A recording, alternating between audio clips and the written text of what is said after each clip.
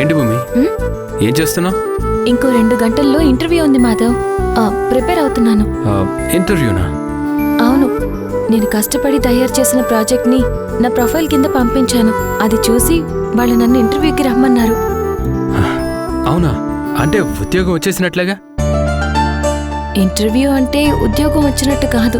ఇంటర్వ్యూలో వాళ్ళు అడిగిన క్వశ్చన్స్ అన్నిటికీ నేను కరెక్ట్గా ఆన్సర్ చేసి నా ఎడ్యుకేషన్, నా ప్రాజెక్ట్ వర్క్ అన్నీ వాళ్ళకి నచ్చితే అప్పుడు ఉద్యోగం వచ్చినట్టు. నేను చెప్తున్నాను కదా, నీకు తప్పకుండా వస్తుంది. అమ్మా భూమి, ఏంటమ్మా 10 మందిలో తిరుగుతున్నావు. పేయి మీద తులం బంగారం అన లేకుంటే ఆడపిల్లకి ఏమి ఇజ్జతుంటది చెప్పు?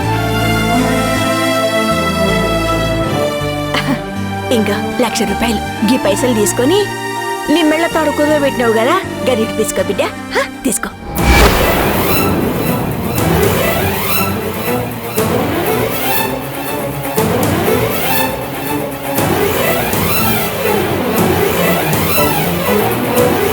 అయ్యో, ఇప్పుడెందుకమ్మా?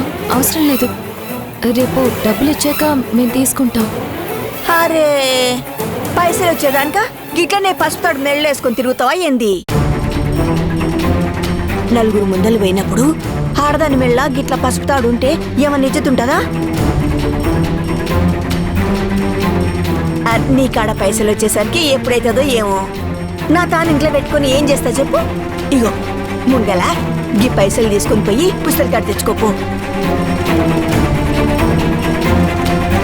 నిన్ను గిట్లా చూస్తుంటే నాకే మస్తు పరేషాన్ అవుతున్నది. తీసుకో బిడ్డా. ఇప్పటి వరకు మీరు చేసిందే చాలా ఎక్కువ. ఇప్పుడు మీ దగ్గర నుంచి ఇవన్నీ తీసుకోలేం.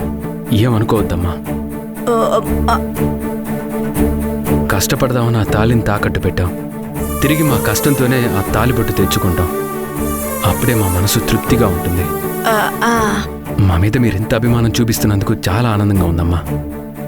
కానీ మీ మాట కాదంటున్నందుకు తప్పుగా అనుకోకండి.